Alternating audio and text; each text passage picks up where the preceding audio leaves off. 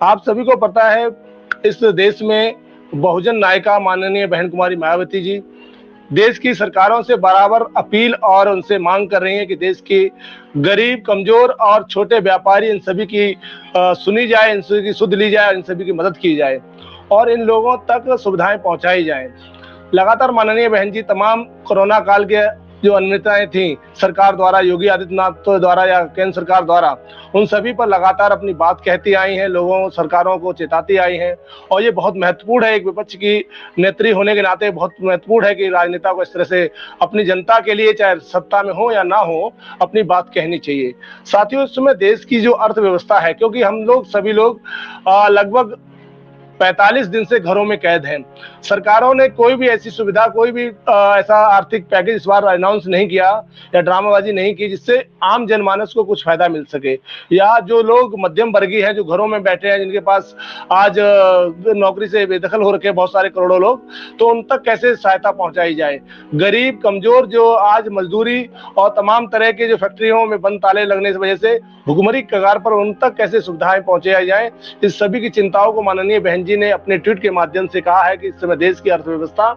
वाकई में बहुत ज्यादा दयनीय है और इस आर्थिक संकट के कारण देश का सबसे ज्यादा कमजोर वर्ग, गरीब तबका पिस रहा है, मध्यम वर्ग परेशान है और यहाँ तक कि छोटे जो व्यापारी हैं, जो छोटे कारोबारी हैं, उनका धंधा चौपट होने की वजह से वो भी भुखमरी और कंगाली के कगार पर हैं। माननीय बहन जी ने आज फिर पुनः अपना एक ट्वीट के माध्यम से उत्तर भारत की सरकार और राज्य सरकारों से अनुरोध किया है कि आप लोग जो राजनीतिक स्वार्थ और अपने देश के लिए जो प्रोपेगेंडा तैयार कर रहे हैं, हकीकत में वो पूरी तरह से बेबुनियादी है और आपको जनता के हित के लिए काम करना चाहिए। माननीय बहन जी ने कहा कि कोरोना काल में और फिर इस महामारी के अति घातक होने के में केवल सामान्य जीवन ही अस्त व्यस्त नहीं हुआ है,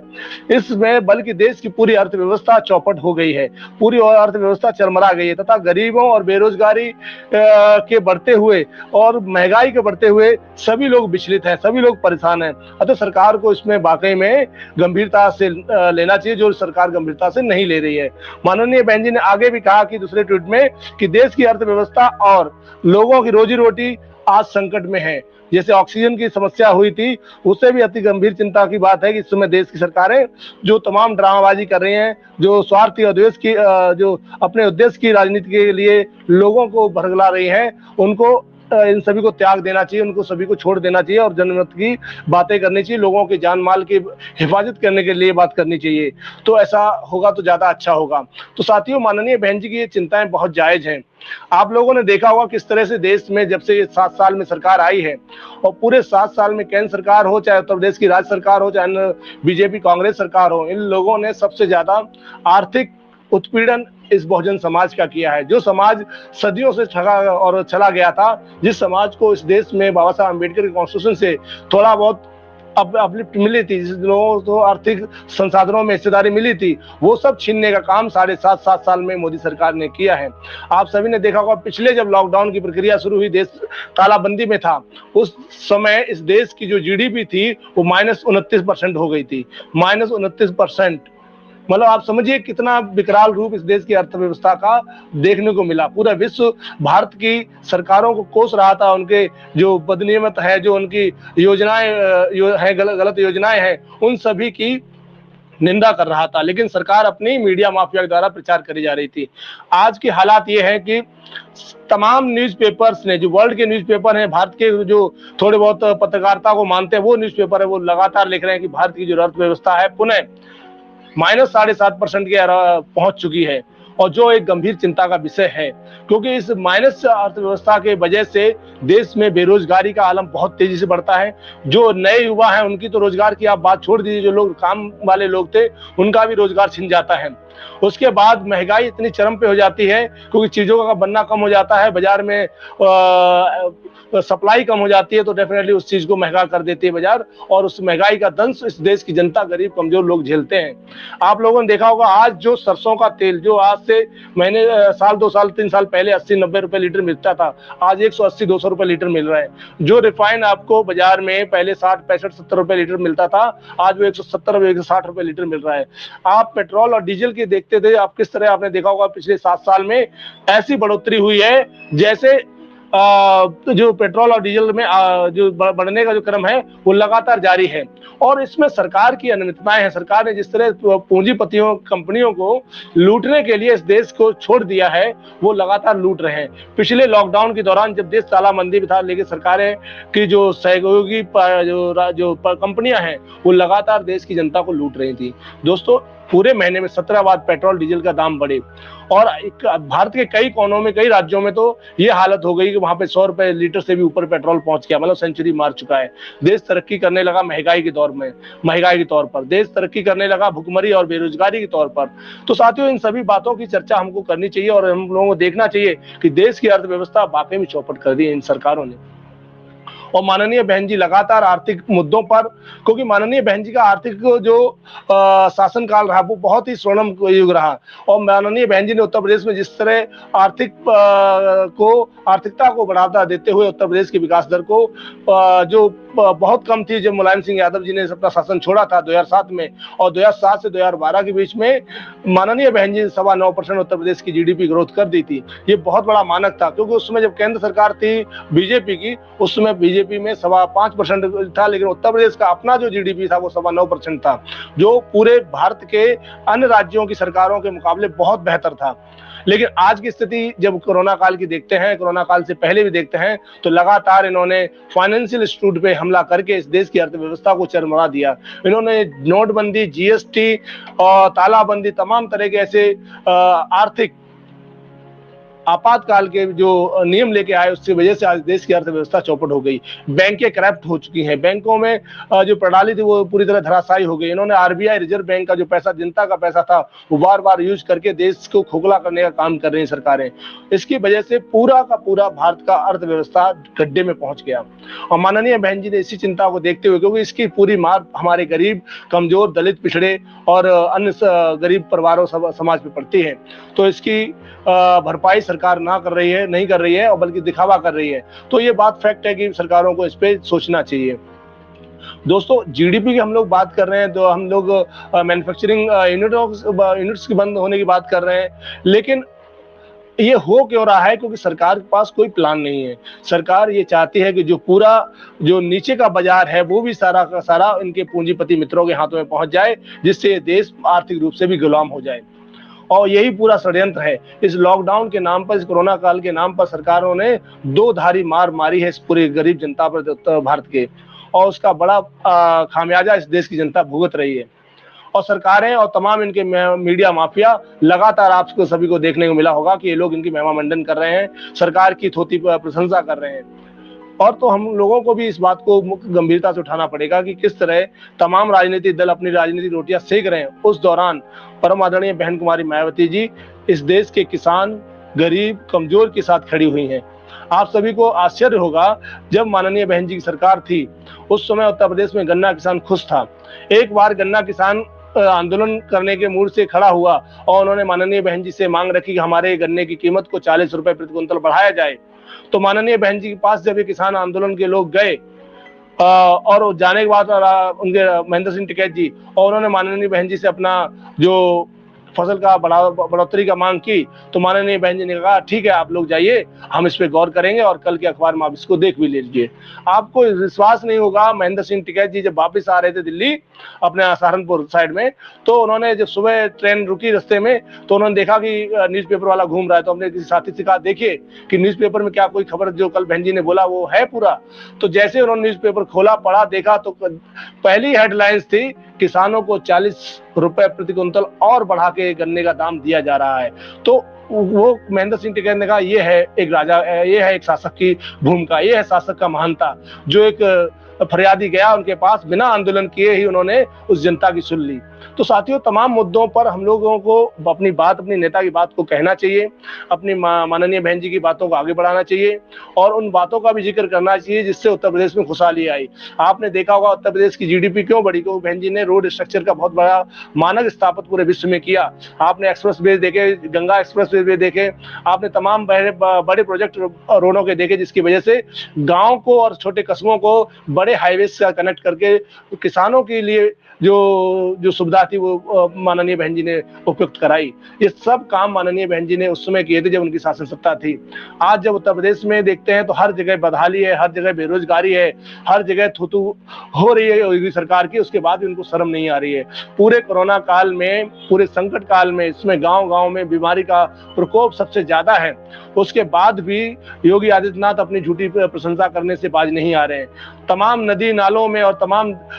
शमशानों में तमाम लाशें ऐसी बिछी दिखाई दे रही हैं और उसके बाद भी योगी सरकार का मानवीय दृष्टिकोण सामने नहीं आ रहा है। वो अभी भी सरकार की थोथी प्रशंसा करने के लिए बात कर रहे हैं। तो साथियों, हम सभी को बताना पड़ेगा कि उत्तर प्रदेश पूरे भारत की अर्थव्यवस्था दयनीय है, क्योंकि उन्होंने किसानों का हक मार लिया, क्योंकि उन्होंने छोटे व्यापारी और रेडी पटरी वाले तमाम जो लघु उद्योग जुड़े हुए लोग थे उनका हक मान लिया। इन्होंने नोटबंदी, जीएसटी करके देश की बैंकिंग प्रणाली को खत्म कर दिया। इन्होंने तमाम तरह के रोजगार के जो सपने दिखाए थे देश जनता को, कहा था सब हम आत्मनिर्भर बने, आज वो आत्मनिर्भरता ये हो गई कि लोग सांस लेने के लिए भी तरस रहे हैं। तो ये तमाम चीजें इस सरकार के द्वारा गठित की गई हैं, जो केंद्र सरकार में मोदी सरकार या राज्य सरकार में बीजेपी और कांग्रेस सरकारें हैं। इन सभी की मिली भगत से इस देश के गरीब लोगों पर आर्थिक बोझ पड़ रहा है, आर्थिक मार पड़ रही है। इसकी हम लोगों को बात करनी चाहिए। मैं तो पुनः बार माननीय बहन जी का इस बात के लिए साधुवाद करता हूं कि उन्होंने लगातार देश की जनता के हित के लिए बात उठाई। आप पूरे ट्वीट के अगर आप देखेंगे एक तरफ से, तो माननीय बहन जी ने हमेशा देश हित में, जनता हित में काम करने की बात कही और सरकारों से भी यही कहा कि आप लोगों की मदद करने के लिए काम करें। इस तरह स्वार्थ की राजनीति के लिए काम ना करते हुए लोगों की समस्याएं उन पे बात करें। कल भी माननीय बहन जी ने देखा कि जब देश में कोरोना चल रहा है, सबसे ज्यादा महामारी का शिकार इस समय युवा हुए थे, तो माननीय बहन जी ने जब सरकार ने कहा कि सीबीएसई की बोर्ड की परीक्षा हम निरस्त करते हैं, तो उसका स्वागत किया गया, क्योंकि हमारे अगर नव युवक और जो नए युवा पीढ़ी है अगर वो भी संक्रमित हो गए तो देश का बंटाढार हो जाएगा। तो माननीय बहन जी ने इस बात का सराहना की, चलो अच्छा कदम है, लेकिन बाकी और चीजों में माननीय बहन जी लगातार सरकार से सवाल बिल्कुल कर रही हैं, जायज कर रही हैं कि अर्थव्यवस्था चौपट हो चुकी है, किसानों का बदहाली जो है, किसान आज भी बॉर्डरों पे अपने हक के लिए लड़ रहा है, सरकार सुन नहीं रही है। देश के गरीब कमजोर के लिए ना मजदूरी है, ना फैक्ट्रियों में काम है, ना खेतों में काम रहा, तमाम तरह की जो समस्याएं हैं इस देश की सरकारों द्वारा उत्पन्न की गई हैं। तो साथियों, हम सभी को बताना पड़ेगा कि देश की महंगाई केंद्र सरकार की देन है, राज्य सरकारों की देन है, इस समय मोदी सरकार और योगी सरकार की। हमको बताना पड़ेगा कि उत्तर प्रदेश और भारत के तमाम राज्यों में इस समय जीडीपी का जो ग्राफ है वो माइनस में पहुंच गया है और माइनस के पहुंचने की वजह से हर एक तबका इस पे प्रताड़ित होगा और उसकी मार झेलने जब गरीब पर पड़ेगी तो वो बेहाल हो जाएगा। तो साथियों, हम सभी लोग इन बातों को लेके चर्चा जरूर करें कि किस तरह देश में अर्थव्यवस्था का बंटाढार इस देश सरकार ने किया है, और हम लोग लगातार इस पे चर्चा करते रहते हैं। और सबसे बड़ी बात है कि हम सरकार से ये देखते हैं कि मुद्दों को कैसे भटकाया जाए। तो सरकार के पास बहुत सारे ऐसे मनवादी टूल्स हैं, मनवादी टूल किट है, जिनके माध्यम से इस देश की सरकार, मनवादी टूल किट के माध्यम से देश की सरकार और अर्थव्यवस्था को अनर्थ व्यवस्था में तब्दील कर रही है। आपने देखा होगा किस तरह उत्तर प्रदेश की जो स्थिति दिखाई थी पूरी दुनिया में, जिसकी भर्त्सना पूरे वर्ल्ड के तमाम न्यूज़पेपर और तमाम मीडिया लोगों ने की, लेकिन भारत का मीडिया अभी भी सरकार के पक्ष में है। उन्होंने दिखाया कैसे उत्तर प्रदेश में लाशें गंगा जी में तैर रही हैं, डेड बॉडियां जो दफन की गई हैं उनमें हजारों की तादाद में रेतों में ऊपर निकल आई हवा के झोंके से, तो वो भी सामने मंजर दिखाई दे रहा है। ये उत्तर प्रदेश का हाल है। वहां पर तमाम लोग भुखमरी कगार के हैं, लोगों के पास रोजगार नहीं है, डेली दिहाड़ी पे काम करने वाला व्यक्ति, जो बाजार में जाने वाला व्यक्ति, उसके पास काम नहीं है। इस तमाम समस्याओं से रूबरू उत्तर प्रदेश हो रहा है, पूरा देश हो रहा है। इस सभी की बातें विश्व के मीडिया ने बताई, पर भारत का मीडिया, गुलाम मीडिया, आज भी देश की सरकारों के पक्ष में बैठकर अपनी दलाली कर रहा है। इस सभी को भी हम लोगों को बताना पड़ेगा किस तरह एक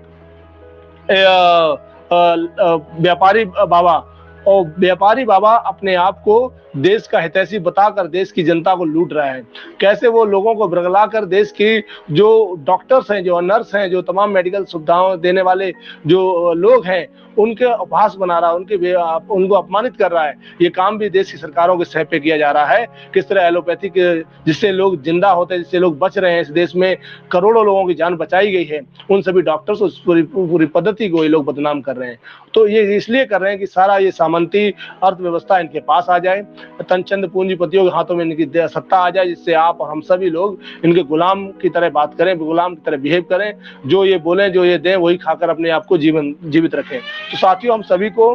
भारत की इस अर्थव्यवस्था की भी चर्चा करनी चाहिए। खासकर बहुजन समाज में सबसे बड़ी दुर्भाग्यपूर्ण स्थिति यही है कि अभी तक लोगों को सही से ये भी नहीं पता, कई बहुत सारे लोगों को, कि जीडीपी का असली मतलब क्या है, और ये जो